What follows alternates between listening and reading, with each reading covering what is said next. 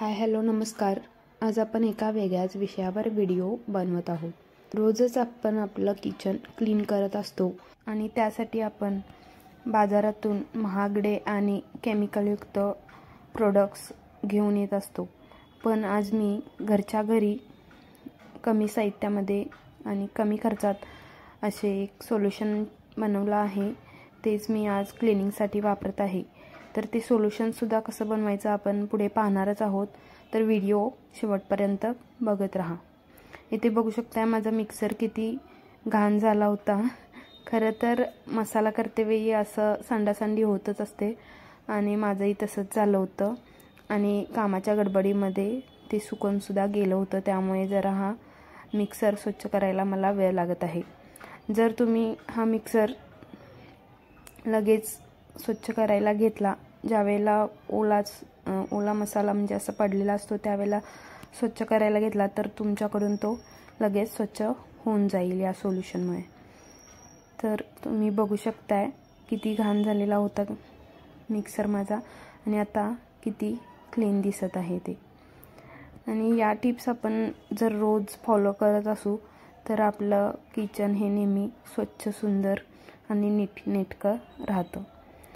आता मी थोडंसं लिक्विड एका कापडावर घेतलं आहे आणि मिक्सरची वायर सुद्धा क्लीन करून घेत आहे। तर याच सोल्यूशनने मी आता गॅस सुद्धा स्वच्छ करून घेत आहे। रोज आपण स्वयंपाक करते वेळी आपला गॅस तर घाण होतच असतो। तेलकट आणि चिवट असे डाग आपल्या गॅसवर पडत असतात। तर हे सोल्यूशन वापरल्यानंतर ते डाग लगेच निघून जातात आणि आपला गॅस अगदी चकाचक स्वच्छ होऊन निघतो। तर हा स्प्रे मी मारून घेतला आहे आणि त्यानंतर एक कापड ओलं करून त्या कापडाने सगळीकडे हे सोल्यूशन पसरवून घेत आहे।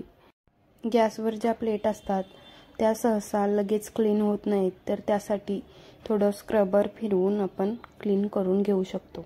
तर असं सगळं क्लीन करून घेतल्यानंतर परत आपल्याला कापड स्वच्छ धुवून घ्यायचं आहे आणि त्या कापडाने परत पूर्ण गॅस 2-3 वेळा पुसून घ्यायचा आहे। ओल्या कापडाने पुसल्यानंतर लगेच स्वच्छ होऊन जातो। आता इथं मी 2-3 वेळा असं हे क्लीन करून घेतलं आहे।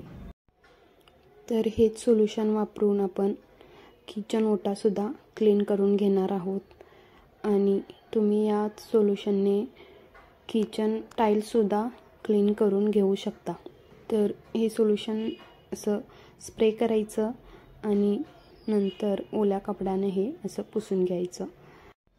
तर तुम्ही बघू शकताय माझा गॅस किती क्लीन झाला आहे ते।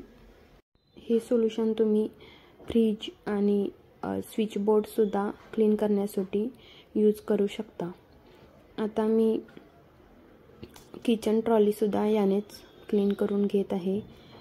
हे आठवड्यातून एकदा जरी केलं तर आपले किचन ट्रॉलीज खूपच चकाचक स्वच्छ होतात।